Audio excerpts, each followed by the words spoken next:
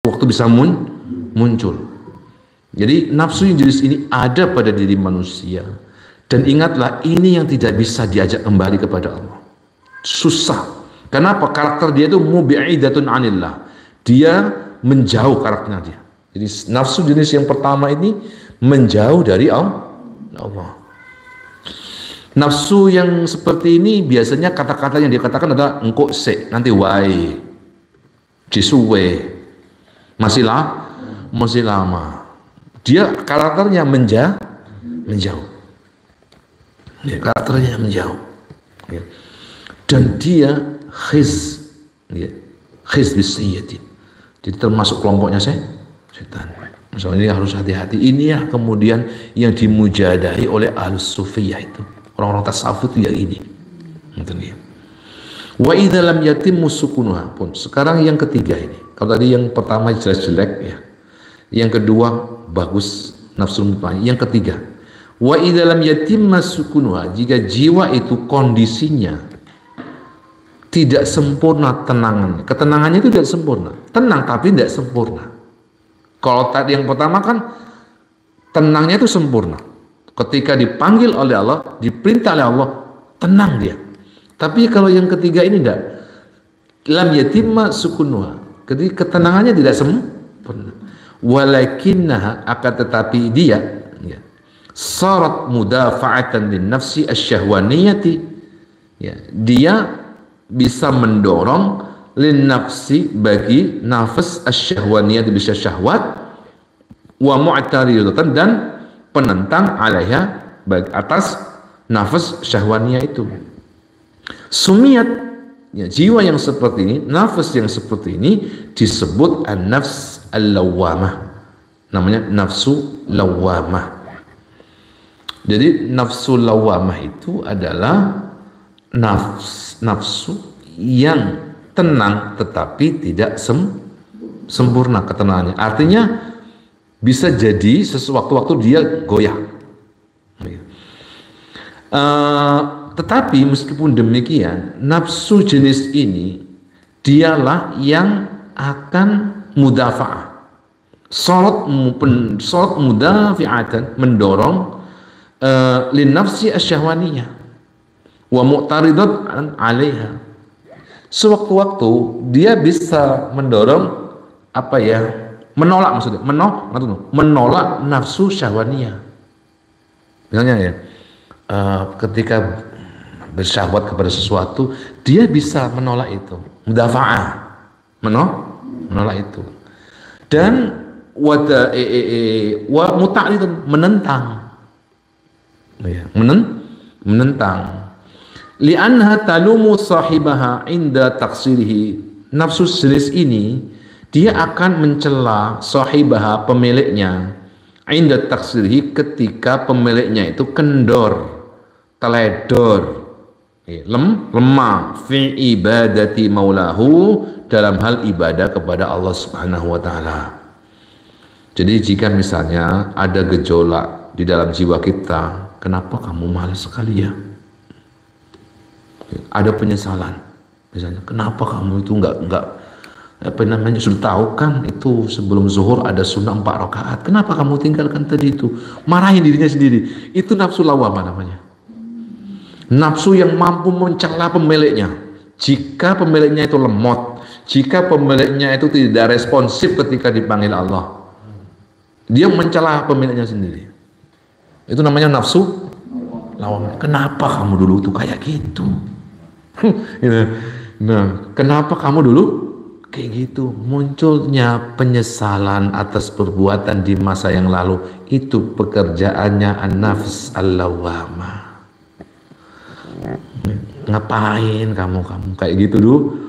Kan pernah kita merasakan seperti itu. Ini apa? Nafsu lawamah. Baik. Itu yang berapa? Yang ketiga, dia tenang, ya. Akan tetapi ketenangannya itu bersifat tidak sempurna. Wa in tarakat al-i'tirada, jika nafs kondisi ngapunten ana dawuh Gusti Allah nunggu ya. qala Allah Ta'ala wala uqsimu bin nafsil lawwamah, surat Al-Qiyamah ayat 2. Dan sungguh aku bersumpah kepada bin nafsi al-lawwamah, kepada nafsu yang amat mencela, nafsu yang memiliki potensi untuk mencela pemiliknya, mencela pemiliknya, yaitu siapa? Ya diri dia sendiri. Itu maka dijadikan sumpah oleh Allah. Wa in tarakat al-i'tirad, jika nafsu itu, ini yang keempat, jika nafsu itu meninggalkan penentangan, artinya nafsu itu tidak menentang lagi, wa adghalat, justru malah dia tunduk, wa ata'at, dan patuh, li muqtadas syahwati, untuk menuruti kehendak syahwat-syahwat atau hasrat-hasrat, wa dawa'is syaitan, dan panggilan-panggilan setan. Sumiyat, maka nafsu jenis ini dinamakan an-nafs al-ammarah bisu', nafsu amarah. Ya, sebagaimana yang difirmankan oleh Allah Subhanahu wa taala dalam menceritakan Nabi Yusuf alaihi salam, ya. Nah, dengan apa? Imro'ah, ya, seorang wanita, istri seorang raja itu, ya. Allah berfirman, "Wa ma ubarri'u nafsi, inna nafsa la'ammaratum bisu." Ya. Wa ma ubari, aku tidak mampu membebaskan nafsuku, ya. Karena sesungguhnya wa ma ubari, ya, membebaskan nafsuku, inna nafsa la'ammaratum bisu, sesungguhnya nafsu jenis ini selalu mengajak kepada keburukan, ya. Wa qad yajuzu an yuqala al muradu bil ammarati bisu, bisa juga dikatakan, ya, al murada, yang dimaksud dengan al-ammaro bisu, nafsu ammaro itu adalah an-nafs bil makna al-awwal, nafs dalam arti yang pertama tadi, atau nafsul mustakbirah. Artinya sebagian orang memaknai nafsu ammaro itu adalah nafsul mustakbirah, tentu, ya.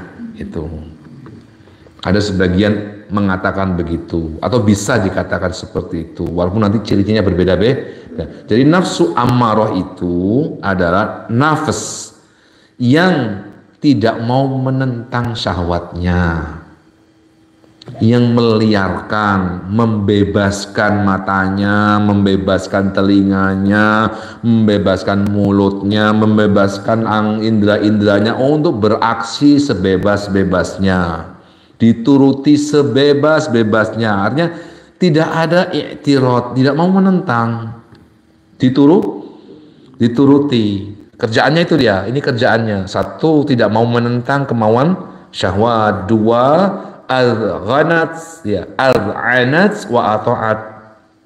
Justru udah nggak mau menentang, justru dia tunduk, ya, tunduk dan patuh terhadap kemauan syahwat, ya. Ya. Satu, tunduk dan patuh kepada kemauan syahwat dan panggilan setan, panggilan setan. Lek panggilan Gusti Allah itu hayya 'alas shalah, ngerti ya? Lek panggilan setan apa? Hayya 'alal mal, ayo golek dunya sing akeh, ya. Hayya 'alan nisa, ayo golek wadon sing akeh, ngerti ya? Hayya 'ala dunia, hayya 'ala dunia, hayya 'ala dunia, itu panggilan setan, itu adane setan. Le adane Gusti Allah hayya 'ala shalah, le adane Gusti Allah as